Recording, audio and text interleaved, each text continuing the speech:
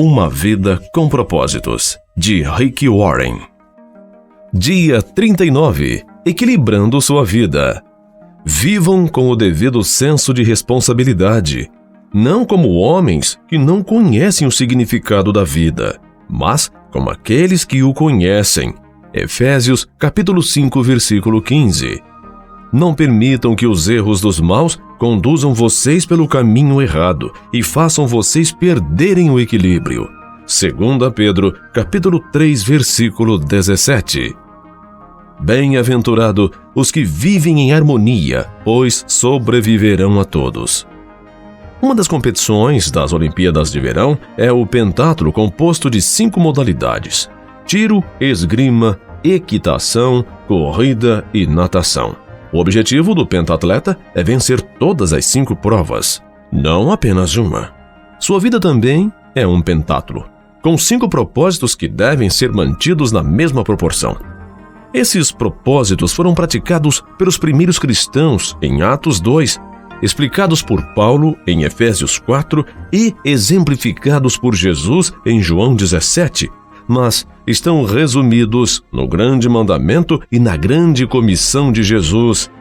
Essas 2 declarações resumem todo este livro, os 5 propósitos de Deus para a sua vida. Primeiro, ame a Deus de todo o coração.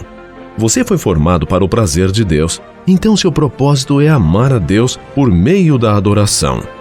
Segundo, ame o próximo como a si mesmo. Você foi formado para servir, então seu propósito é demonstrar amor a outras pessoas por meio do ministério. Terceiro, vá e faça discípulos. Você foi formado para uma missão, então seu propósito é compartilhar a mensagem de Deus por meio do evangelismo. Quarto, batize-os. Você foi formado para fazer parte da família de Deus, então seu propósito é se identificar com a Igreja do Pai por meio da comunhão. 5. Ensine-lhes todas as coisas. Você foi formado para se tornar semelhante a Cristo, então seu propósito é amadurecer por meio do discipulado. Um compromisso sério com o grande mandamento e com a grande comissão fará de você um grande cristão. Manter os 5 propósitos em igualdade não é nada fácil. Todos tendemos a exagerar nos propósitos que nos despertam maior paixão e a negligenciar os outros. As igrejas fazem a mesma coisa, mas você pode manter a sua vida equilibrada e estável, juntando-se a um grupo em que haja incentivo mútuo ou a responsabilidade, de modo que você possa avaliar regularmente sua saúde espiritual, registrar seu progresso em um diário pessoal e transmitir o que aprendeu a outros. Essas 4 atividades são importantes para que a vida seja dirigida por propósitos. Se você deseja seriamente se manter no caminho certo, precisará desenvolver esses hábitos.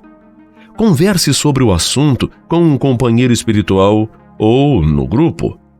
A melhor maneira de assimilar as ideias deste livro é discuti-la com outras pessoas no ambiente de um grupo da igreja. A Bíblia diz: como o ferro torna cortante o ferro, de igual modo as pessoas podem aperfeiçoar umas às outras. Provérbios, capítulo 27, versículo 17. Aprendemos melhor em comunidade. Nossa mente fica mais aguçada e nossas convicções mais profundas por meio da conversação. Insisto em que você reúna um pequeno grupo de amigos e forme um grupo de leitura de Para Que Estou na Terra, a fim de rever os capítulos semanalmente. Vocês devem discutir as implicações e aplicações de cada capítulo. Pergunte-se: e daí? E agora? O que isso significa para mim, para minha família e para a nossa igreja? O que vou fazer a respeito disso? Paulo disse: ponham em prática o que vocês receberam e aprenderam. Filipenses capítulo 4, versículo 9. Um pequeno grupo de leitura proporciona muitos benefícios que não podem ser alcançados somente por um livro. Vocês podem comentar o que estão aprendendo e discutir exemplos da vida real. Podem orar, incentivar e apoiar uns aos outros à medida que começarem a viver esses propósitos. Lembrem-se de que fomos feitos para crescer juntos, não separadamente. A Bíblia diz: encorajem uns aos outros e fortaleça uns aos outros. 1 Tessalonicenses capítulo 5, versículo 1. Incentivo-o também a estudar a Bíblia individualmente. Registrei como notas no fim do livro mais de 1000 passagens da Bíblia utilizadas neste livro para que você possa estudá-las em seu contexto. Leia, por gentileza, o apêndice 1, que explica o uso de parafrases e diferentes traduções. Visando manter cada capítulo adequado à leitura diária, tornou-se impossível explicar o fascinante contexto da maioria dos versículos utilizados. Entretanto, a Bíblia foi feita para ser estudada por parágrafos, por capítulos e até mesmo por livros inteiros. O meu livro, 12 Maneiras de Estudar a Bíblia Sozinho, pode ajudá-lo no estudo indutivo. Faça um autoexame espiritual periódico. A melhor forma de harmonizar os 5 propósitos em sua vida é por meio de uma autoavaliação periódica. Deus dá grande valor a esse hábito. Somos orientados pelo menos 5 vezes nas Escrituras a verificar e a examinar a nossa saúde espiritual. Lamentações, capítulo 3, versículo 40. 1 Coríntios, capítulo 11, versículo 28 ao 31. 13, 5. Gálatas, capítulo 6, versículo 4. A Bíblia diz: testem-se para saber se estão firmes na fé. Não se enganem pensando que tudo está garantido. Criem o hábito do autoexame. Vocês precisam de evidências de primeira mão, não apenas de ouvir dizer que Jesus Cristo está em vocês. Façam o teste. Se o resultado não for bom, tomem alguma providência. 2 Coríntios, capítulo 13, versículo 5. Para manter a saúde física, você precisa ir regularmente ao médico para verificar os sinais vitais, pressão sanguínea, temperatura, peso e assim por diante. Para a sua saúde espiritual, você precisa examinar regularmente os 5 sinais vitais da adoração, da comunhão, do crescimento do caráter, do ministério e da missão. Jeremias aconselha: vamos analisar a forma como vivemos e reorganizar a vida conforme a direção do Eterno. Lamentações, capítulo 3, versículo 40. Na igreja Saddleback, desenvolvemos uma ferramenta simples de avaliação pessoal que tem auxiliado milhares de pessoas a permanecer no propósito de Deus. Você ficará surpreso ao ver como essa pequena ferramenta o ajudará a alcançar o equilíbrio para uma vida saudável e de crescimento. Paulo disse que a ideia entusiástica do início seja igualada pela ação realista de agora. 2 Coríntios, capítulo 8, versículo 11. Anote seu progresso em um diário. A melhor forma de consolidar o progresso no cumprimento dos propósitos de Deus para a sua vida é mantendo um diário espiritual. Não se trata de um registro dos acontecimentos, mas das lições de vida que você não gostaria de esquecer. A Bíblia diz: é fundamental que nos apeguemos com firmeza ao que ouvimos, para que não nos desviemos. Hebreus capítulo 2, versículo 1. Podemos nos lembrar do que registramos. Escrever ajuda a esclarecer o que Deus está fazendo em sua vida. Johnson Trotman costumava dizer: os pensamentos se desembaraçam quando nos passam pelos dedos. A Bíblia registra várias ocasiões em que Deus ordena a alguém a manutenção de um diário espiritual. Por exemplo, conforme a orientação do Senhor, Moisés manteve um registro da progressão deles. Números capítulo 33, versículo 2. Não lhe deixa contente o fato de Moisés ter obedecido à orientação de Deus de registrar a jornada espiritual de Israel? Se ele fosse preguiçoso, seríamos privados das poderosas lições de vida do Êxodo. Embora seja improvável que o seu diário espiritual venha a ser tão amplamente conhecido quanto o de Moisés, ele ainda é importante. Na Bíblia lemos: Moisés registrou as etapas da jornada deles. Sua vida é uma jornada e uma jornada merece um diário. E espero que você, tendo uma vida dirigida por propósitos, escreva sobre as fases de sua jornada espiritual. Não anote apenas o que for agradável.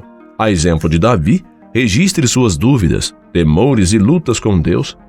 As maiores lições vêm do sofrimento e a Bíblia diz que Deus mantém um registro de nossas lágrimas. Salmos, capítulo 56, versículo 8. Sempre que ocorrer problemas, lembre-se de que Deus os utiliza para cumprir todos os 5 propósitos em sua vida.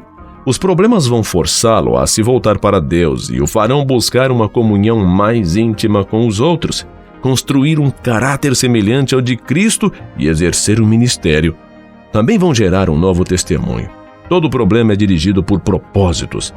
Bem no meio de uma experiência dolorosa, o salmista escreveu: que isso fique escrito para que os nossos descendentes saibam o que o Senhor Deus fez e para que o louvem aqueles que ainda vão nascer. Salmos capítulo 102, versículo 18. Você deve às futuras gerações a preservação do relato de como Deus o ajudou a cumprir os propósitos dele neste mundo. Trata-se de um testemunho que continuará a ser dado muito tempo depois que você estiver no céu. Transmita aos outros aquilo que você sabe. Se você quer continuar crescendo, a melhor forma de aprender mais é transmitir o que já aprendeu. Quem abençoa os outros é muito abençoado. Quem ajuda os outros também recebe ajuda. Provérbios capítulo 11, versículo 25. Quem passa adiante suas impressões obtém ainda mais de Deus. Agora que você compreende o propósito da vida, é sua responsabilidade levar adiante essa mensagem. Deus o está convocando para ser seu mensageiro. Como lembra Paulo, agora quero que você diga essas mesmas coisas a seguidores que possam ser designados para transmitir isso aos outros. Agora, quero que você diga essas mesmas coisas a seguidores que possam ser designados para transmitir isso aos outros. 2 Timóteo capítulo 2, versículo 2. Neste livro, passei a você o que aprendi com outras pessoas sobre o propósito da vida. Agora, chegou a sua vez de transmitir esses conhecimentos. Você provavelmente conhece centenas de pessoas que não sabem qual o propósito da vida. Compartilhe essas verdades com seus filhos, amigos, vizinhos e colegas de trabalho. Se você der este livro a algum amigo, acrescente uma mensagem pessoal na página da dedicatória.